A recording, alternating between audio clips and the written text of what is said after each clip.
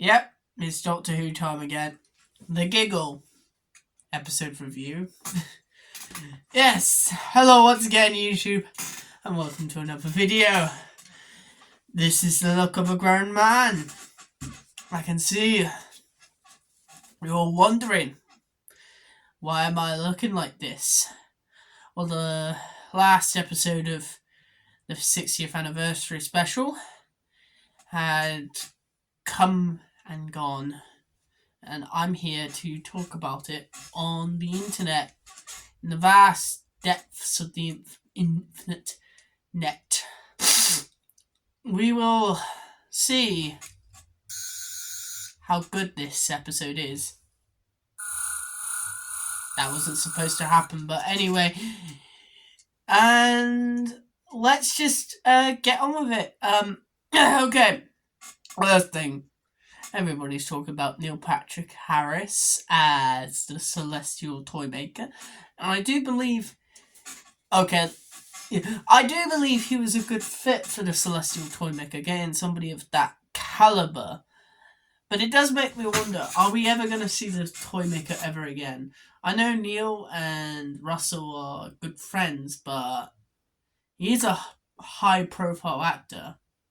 And he did say he hadn't heard of Doctor Who before playing the Celestial Toymaker, so who knows, eh? Who knows? So, yeah, he was superb. And you could definitely tell he did his homework. Because the Toymaker, unlike the Daleks, the Cybermen, the Master, the big finale villains, the only three they ever do outside of, like, maybe the Silence. Or... he's more childlike, imaginative.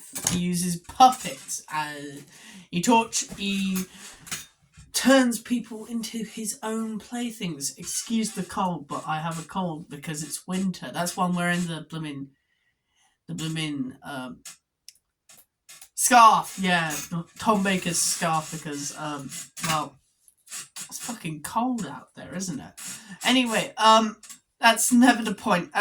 It's quite creepy seeing human heads on those puppets, and yeah, some good fear factor stuff, especially in the middle act. Now, the opening crux of the episode was really intriguing because the Toymaker seems to be... You get the feeling the Toymaker likes stereotypes. That's because he finds humans fascinating, but not for good reasons. He finds how they fight, how they play interesting, but he doesn't understand the character playing with action figures and stuff. He doesn't understand the care, because if he breaks a toy, he can just simply replace it with another. He has no conscience. The only thing that keeps him in line are the rules of the game, and yeah, that ultimately was his undoing in this episode. And you could tell at moments that he lets the facade of the German Toymaker slip, which makes a little bit more sense than the Mandarin costume with the old Celestial Toymaker. But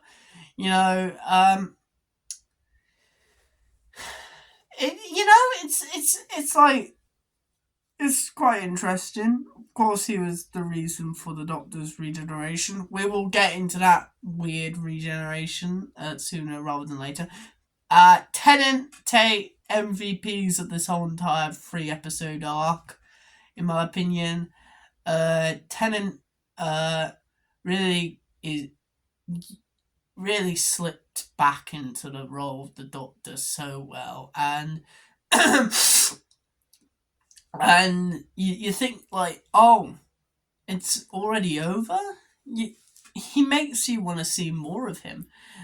Their dynamic is great, and you go like, oh, it's gonna be over, but we'll get to that. I feel like most of the actors in this episode were great. I liked the the new unit team, Kate Kate Stewart. We even have a proper reintroduction to bloomin' Melanie Bush, who actually has like actual like useful skills, like identifying the melody, which was a simple like C major scale, but it was like the toy maker's laugh, or should I say, giggle, which is what brings the toy maker into conflict with the Doctor. The toy maker gives a worker uh, for the guy who invented the moving picture, the television, uh, gave him a doll, and in that doll was a laugh, a voice recording that would be implanted into every single TV or phone, or it's kind of like the wire from way back in Idiot's Lantern. I got that feeling, but instead of like ripping your face off, it's more like turning everybody insane and hateful and believing they're right and everybody else is wrong, which I think was done with a lot of tact. It comes at it like it doesn't favor one side or the other. Some people some people who feel like I don't they gotta say they got you know of course it's going to be a little bit left leaning because Doctor Who's always been left leaning no matter what. But yeah, I think it's more about like thinking you're right. It's just Twitter in a nutshell, isn't it? It's less fictional than we thought. Well, to be fair, it's not. It's just an exaggeration of our current predicament, to be honest. So yes, and anyway, I'm trying to fix my blooming scarf, but anyway, what else? Okay, I like the wheelchair lady was quite cool in this episode. Toymaker had some very great sequences where he goes around dancing to blooming Spice Girls. And I think the whole point of Spice Girls was supposed to be intentionally obnoxious. It's not supposed to be like it's supposed to be a tacky song, and it goes full blown extravagant, unlike something like and you kind of find yourself laughing, and he plays around and dances around and is quite violent with Kate Stewart and Mel, and hell, even blooming wheelchair lady. I'm gonna call her wheelchair lady from now on. Well, mostly because she did say, "Oh, look, the TARDIS is a wheelchair ramp," which I think is meant to hint that she might even go in space and time. If she doesn't go into the TARDIS, like, ever, then what's the point of the wheelchair ramp for that? I don't know, man. Sometimes people are just, I don't know, they just put things in there for the sake of putting it in there, but he wants to cover all bases with this era. I bet he even will include, like, I don't know, fucking I don't know. Anyway, alright. They mention a lot of continuity in this episode. This episode is the real 60th anniversary. And it's technically a multi-Doctor story, but we'll get to that. Yes, it deals with the fact that the Doctor's running away from his past and hasn't recouped himself. The Doctor is constantly travelling, but he never takes the time to take a break and settle down, really. Because of the time war. Like, when he was the third Doctor, when he was younger, he was eager to get off Earth and get away from UNIT and all that. But now, after all these traumatic events the Doctor slowly becomes a little bit more attached to people, like having a wife, having so many friends, becoming more closer to their companions because they see them more as friends than just offering them a taxi service around the universe. You know, it's become sort of like a big family, the Doctor Who cast, and you get so attached to these characters that once they meet an inevitable horrible fate, like Clara, Rose, Amy, River, and Bill, all meeting a sort of death, but not really. And the Toymaker says that's all right then, and the flux and the time war, all the death and destruction caused by those two cataclysmic events. The Doctor believing Gallifrey to be dead twice. The man's been through a lot. The man has like experienced so much, so many like universe, not even world ending, universe ending events. The reality bomb. Hell, they even mentioned Logopolis and the key to time. I know it's Tom Baker, but those two are a bit of a deep cut, especially for like Russell, who you wouldn't expect that mentioned at all in Tennant's era. But now that the show has formally like absorbed everything into the same era, it's all underneath the new brand of the Whoniverse. They can more freely mention those events and not have to like not have to reinvent monsters constantly. They can lift things from the classic show. And I like that cool robot in unit headquarters. I want an action figure of it. Character options, get on it.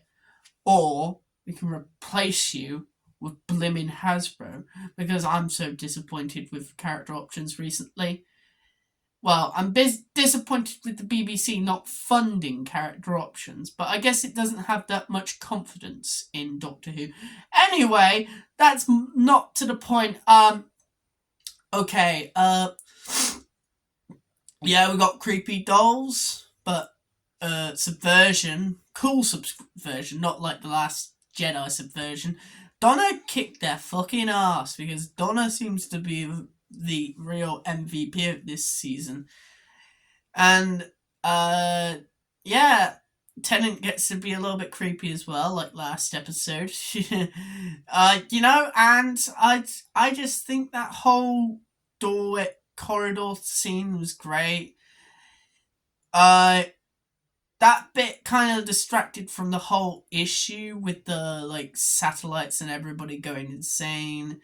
That whole issue kind of was resolved when they destroyed the blooming satellite from North Korea, I think. Which didn't have any nuclear repercussions from North Korea. Like, I mean, I don't think King Jong-un on a good day is a violent dictator. King Jong-un on a bad day, oh god, Lord knows what he would do. And plus, that would actually cause the world. Realistically, this whole thing would cause the world to end before the Doctor even arrived. 2 days. 2 days before he solved the whole crisis. Yes, and the Doctor, and the thing that saved the day for most of the country and most of the world also was the undoing of the Doctor. So I think that's pretty like satisfactory ending for this short tenure for Tennant. But wait, there's more. Tennant doesn't die. Yes, of course, I mean, obviously he doesn't die. I'm talking about the 14th Doctor, okay? 2 doctors. It's a multi-doctor special. Yep, that's right. The Doctor decides to split apart into 2 bodies, both wearing the same set of clothes. So one is wearing an undershirt and trousers. The other one is wearing and a vest. The other one is wearing a white shirt, a blimmin' tie, and his underpants. That's right. This is the first incarnation of the Doctor to make his debut practically naked from the waist down. I think this is a sign of things to come. I'm just kidding. I didn't say that was bad or good. I just merely stated this is a sign of things to come. We're going to get a little bit more wacky next season. And that's overall what I feel from this series, this season. It's very much scattershot with emotions. It makes me feel a load of emotions. Not all of them being apathy or hatred of this season, which is better than like last series or specials. They were fucking shit, let me tell you. Anyway, this was a great episode, and I'm all for this bi-generation thing, even though it sounds like some sort of like it sounds like some sort of like thing saying that a lot of Gen Z women are like bisexual or something like that. I don't know. It kind of sounds like that, not gonna lie. But it's a multiplication regeneration, which basically is the Doctor ridding the it's literally passing the baton from the old to the new. It's kind of like a reverse Legopolis, rather than another Doctor going into the rather than another Doctor causing the regeneration by merging with his former self. It's another Doctor emerging from his former self. So, emerging. Nice. That's why they mentioned Legopolis. I see what you did there, Russell, you cheeky bastard. But yeah, I liked the fact that they defeated the Toymaker by a game of ball. If it was some sort of like violent action sequence, it wouldn't have felt like Doctor-y. So, I mean, the 10th Doctor did say the 5th Doctor could save the galaxy with a cricket bat and a stick of celery. And he does with a cricket ball. Well, I don't know what kind of ball, but anyway, it was actually kind of intense, and it was like it was like a blooming scene from Flash Gordon, so I really approve. I 100% approve. The directing in this episode's great. The cinematography, of course, the music was phenomenal. It actually made me feel emotions, which is better than the blooming what's his name? What was the name of the composer for series 11 to 13? They got him to just do ambient music instead of like, I don't know, making the music a little bit more intense. I should be feeling the dramaticness of the weight of the situation. Hell, even like 60s Who understands that. 60s Who. Anyway, that's enough Jodie bashing for one day. I just thought this episode was phenomenal. And yeah, Michael Gough was channeled, like, through the performance of Neil Patrick Harris. He really did bring an intensity bubbling below the surface, waiting to crack. And when he loses, you start to hear that impersonation of it fully. He's fully defeated. He had no reason to act like the fool anymore. And he was mad. And it was fair, you know? And plus, you got like two of the same TARDIS. A clone, an exact clone, except for a jukebox, of the TARDIS. Explaining that that the Doctor will always, despite like now settling down with the Noble family, with like Rose, Sean, blooming Donna, and hell, you even got wheelchair lady and Mel over for dinner. Weirdly enough, was Kate there? I can't remember. It's been a while since I've watched this episode, so I'm doing all this from memory. But yeah, the action was great.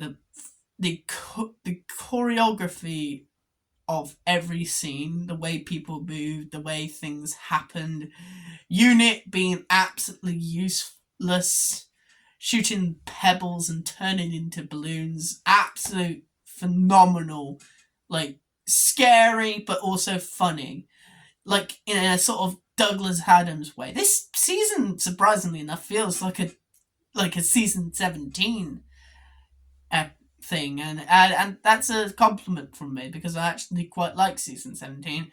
Most people don't, but I do, and I'm not most people. I'm Robert Lewis, and I would give this episode a 9.5, or maybe, if I'm feeling generous, I can't think of any flaws, really. Honestly, the hug between Tennant and Ncuti was actually quite emotional, and yeah, seeing the Doctor being happy and just relaxing for once, rather than thinking of a billion, like, calculations to get himself out of a situation, was actually quite sad. It was quite melancholic, quite happy, but I felt a tinge of sadness, like it's an end of an era. Like we're saying goodbye to the old. That will always be there. That will always exist. But we're going into a new era of Doctor Who, a completely new era, according to the showrunner, Russell T Davies. So it's like saying goodbye, And unlike with The End of Time, the Doctor doesn't say, I don't want to go. He just says his signature catchphrase, Alongzy. He's no longer afraid to die anymore. We have a Doctor who has become... We don't even know if he's, like... He could be the creator. He's definitely not the Valeyard, because the Valeyard is definitely all the trauma of the Doctor. Maybe that comes later when they do a tri-regeneration. They get old man Michael Jason in his 90s. What's going on? Oh, I'm on my last life. Why curse you, Doctor? Anyway, this episode, quite possibly, could be a 10. Could be a 10. It is a 10. It is a 10. First 10 from since heaven sent, guys. Well done. Well done. Well done. Or maybe ever since World Enough in Time. Actually, that's more consistent with my logic, since, this is my show, my movie, whatever. Yes, 10. It's a 10. First 10 in over 5 years, guys. Good on ya. You did it in the end. And yes. Next review will come out Boxing Day, I would say, because I'm gonna have a video for Christmas Day, and a video for New Year's Eve, and a video for Christmas Eve. You're gonna get a lot of videos recently, and I'll try and post some of like my performance stuff on here, and I hope you have a wonderful Christmas if I don't see you then, and a happy and joyful and healthy New Year. Honestly, the fact we've come so far as a species and still have war is just weird. But you know what? I don't care. Yes, Merry Christmas to one and all, except for people who like war and shit. Okay, I don't know how to end this video. Bye!